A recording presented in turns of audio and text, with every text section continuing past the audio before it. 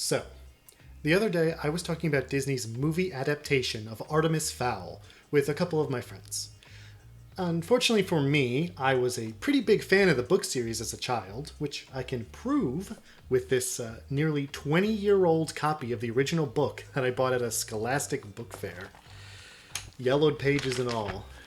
But being such a fan, I had some glimmer of hope, fueled by nostalgia, that this movie could be good. This hope was top of the morning. not rewarded, to put it mildly. But when I tried to describe why the movie is so bad, I found I kept returning to the phrase, in the books. Like, in the books it happened this way, or in the books these characters never met. And I started to wonder why. Now, people understandably get very wary about any changes to the source material when a book series or comic or what have you gets adapted into a different medium. After all, you already love the original work, so why would you want anything changed? But personally, I've long felt that changing things up in an adaptation is necessary and often outright good. The creators are working in a different medium with different imperatives, potentially even to a different audience. A rote recitation of the original work is not only boring, it actively harms the quality of the adaptation. So why did I keep coming back to the differences between the books and the movie when talking about Artemis Fowl? Well, I think it's because this movie is a great demonstration of how, while such changes are indeed necessary, they also need to be purposeful in order to actually benefit the adaptation. Once you determine what essential thing you want your adaptation to communicate, you have to look at the pieces and decide what helps you achieve that goal and what needs to be changed to better support it. Of course, not every little detail needs to be either in service to some larger goal or exactly the same as the original. A small change, say making a character someone's niece instead of their sister, hardly needs to be justified by some story imperative. But it's a decent framework for us to use when evaluating big changes to the source material.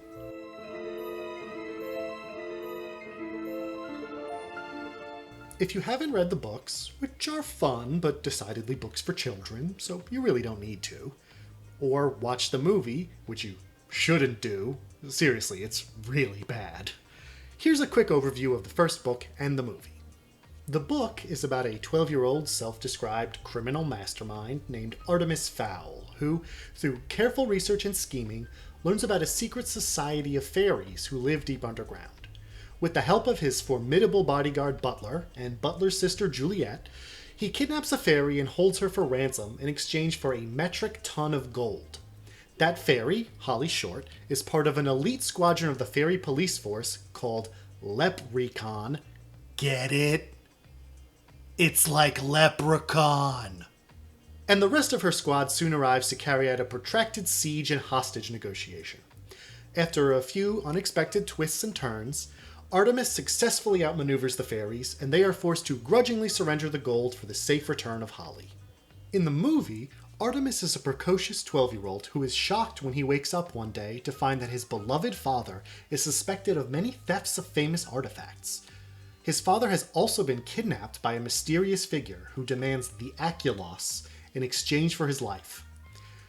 Artemis's bodyguard Domovoy, whom I will solely refer to as Butler from now on, And under no circumstances were you to ever call him the butler. out of spite, reveals that Artemis's father has secretly been working to protect the separation between the human world and a hidden world of fairies. Armed with this knowledge, Artemis kidnaps a fairy, Holly Short, to trick the fairy cops into finding the Aculos hidden in his mansion. Then, with the help of Holly and the dwarf thief Mulch Diggums, he rescues his father and resolves to join him in protecting both worlds. You may notice that, while the broad strokes are roughly similar, these plots are pretty fundamentally different. For one thing, Artemis is decidedly the villain of the book, while he's much more heroic and sympathetic in the movie. This is something that does happen over the course of the book series. As Artemis grows as a person, he develops genuine friendships with Holly and the other fairies and starts to help rather than antagonize the fairy world. Given that this movie is clearly hoping to set up a franchise, You failed, Opal. You were wrong about my father, about Beechwood, about everything. And now, we're coming for you. They probably wanted to move up the timetable on his character growth so the kids watching it would like him and want to see more of it.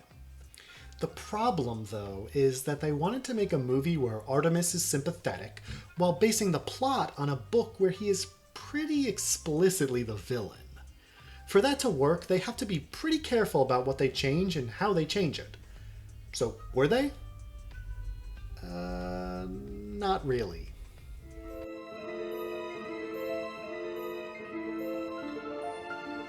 Let's take as an example the scene where the fairy force sent to rescue Holly first encounter Artemis and Butler. In the book, the fairies approach while using magic to make themselves invisible. Thanks to his research, though, Artemis knows how their invisibility works and is able to spot them on a high frame rate camera. Then he rigs up some goggles that allow Butler to see the fairies, and Butler uses this advantage to quickly and ruthlessly incapacitate the entire strike force. So, what does this scene tell us? Well, we get to see just how much the fairies aren't ready for Artemis and Butler. What's more, it shows us the specific ways the two of them are more than the fairies are able to handle, and how the two of them working together make a formidable team. Artemis's intelligence, forethought, and quick thinking make them able to anticipate the fairies' tactics and come up with solutions to whatever they might try, while Butler's impressive strength and combat training make it so he can overcome the advantages given by advanced fairy weaponry in a fight. In short, it's a very succinct and effective demonstration of Artemis and Butler's competence and how the fairies underestimate them. It's a great scene, but it is admittedly a little sinister in execution for a movie that wants Artemis and Butler to be more immediately sympathetic. So, how do they change it? Well, rather than invisibly scouting, the fairies openly approach Fowl Manor. Both Artemis and Butler walk out to meet them, and then use Holly's gun to have a very poorly edited fight scene, ending in them damaging the device, maintaining the time stop field the fairies have set up. It's a whole thing, don't worry about it, it's not important. So what is fundamentally different about the goals or general flow of this scene between the book and the movie? The answer is basically nothing. It's a show of strength by Artemis against the fairies through the trouncing of their advanced force, which means there's not really much reason to change things. Like we said, though, not everything needs to be 100% justified as long as it basically works. So the real problem is that these changes actively make the scene worse and less effective. Instead of specifics about what skills the two of them bring to the table, we get a generic fight scene that obscures the competence of both Butler and the fairies by having Artemis, a not particularly physically fit 12-year-old, keep up with them in a fight, while doing nothing to demonstrate why they should be afraid of Artemis specifically. Even putting aside that the scene is a visual disaster, the movie strips it of everything unique while not actually adjusting anything it's doing to fit the changed plot any better.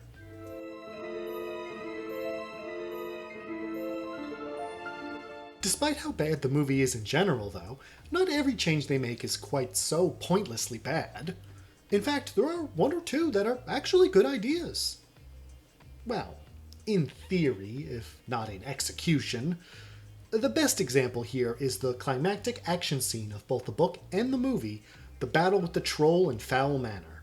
In the book, the attack comes right when Holly has escaped her cell and is running amok in the manor, and Butler is attempting to bring a mesmerized Juliet to safety. Surprised by the troll's sudden appearance, Butler is nearly killed. Holly, considering Juliet largely innocent, intervenes to save her but is also dispatched by the troll. In desperation, she heals Butler of his fatal wounds and, reinvigorated by Holly's magic, he manages to knock the troll unconscious. He nearly kills it too, but Holly begs him not to, and in gratitude for saving his sister's life, Butler obliges. Besides being a cool action scene to have at the end of the book, this establishes a couple things for us. First, we see Holly's compassion, as she's unwilling to let either her own kidnappers or a rampaging troll die needlessly. Secondly, by the end, Holly and Butler have a grudging respect for each other, which plays into both how the end of this book goes, as well as the progression of the series as a whole. In the movie, Artemis and Mulch are there as well, and Butler is not immediately incapacitated. Instead, Holly is the one briefly immobilized by getting her wings caught in a chandelier, and the rest run around the manor, alternately fleeing from the troll and rescuing one of the others when they're in danger. They all work together to knock the troll out, but in the process, Butler suffers a fatal wound.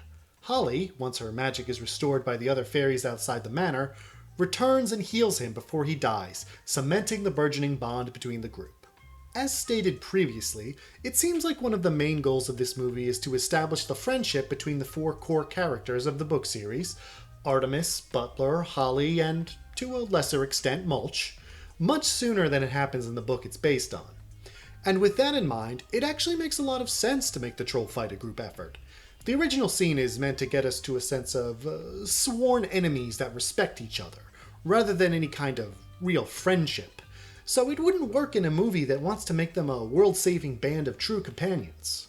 Of course, none of this actually works in the context of the movie as a whole, because they don't do anything to earn the friendships on display.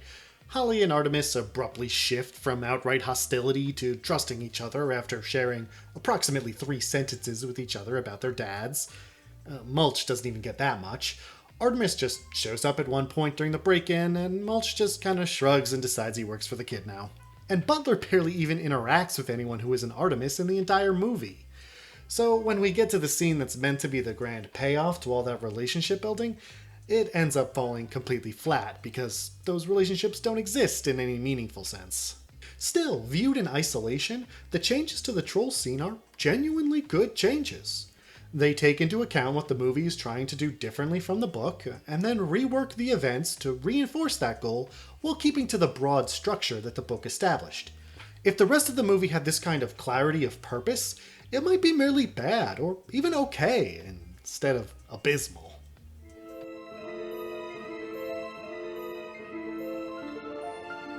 In the grand scheme of things, poor adaptational choices might be the least of this movie's woes. Artemis Fowl gives every indication of being a movie that was re-edited, reshot, and focus-tested into oblivion. Scenes jump around with little rhyme or reason, tied together by clunky, ever-present narration that has the unfortunate side effect of dramatically increasing the amount of Josh Gad failing to do a Christian Bale Batman voice that we're exposed to. But this kind of thing still has a real effect on our viewing experiences. By haphazardly grabbing things from the book while changing other things with no clear purpose behind why, the movie creates a very confused picture of its characters that makes it very difficult to care about them. It's a movie that starts with a scene verbatim from the second book, where its 12-year-old protagonist snidely insults his school therapist and declares he doesn't respect anyone, then immediately establishes his loving relationship with his father. It's a movie that constantly declares that Artemis is a criminal mastermind, but then makes him neither a criminal nor particularly clever. It makes it almost impossible to understand who he even is, let alone care about him. And to a degree, I'm sympathetic to why this sort of thing happens. Fans of a particular work tend to get very protective of certain aspects of it and are loath to see any change. It's easier to leave in as much window dressing as possible to avoid ruffling any feathers. But you have to commit to some kind of vision. You have to make choices about what you want your adaptation to do. What about the original work serves those goals and what doesn't? And then follow through on those choices. If you don't, you end up with a confused mess that nobody, not old fans or curious newcomers, is going to enjoy in the slightest.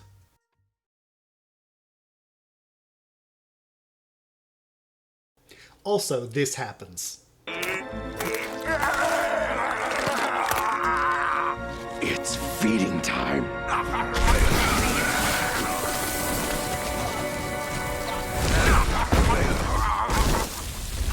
That's straight from the books, baby.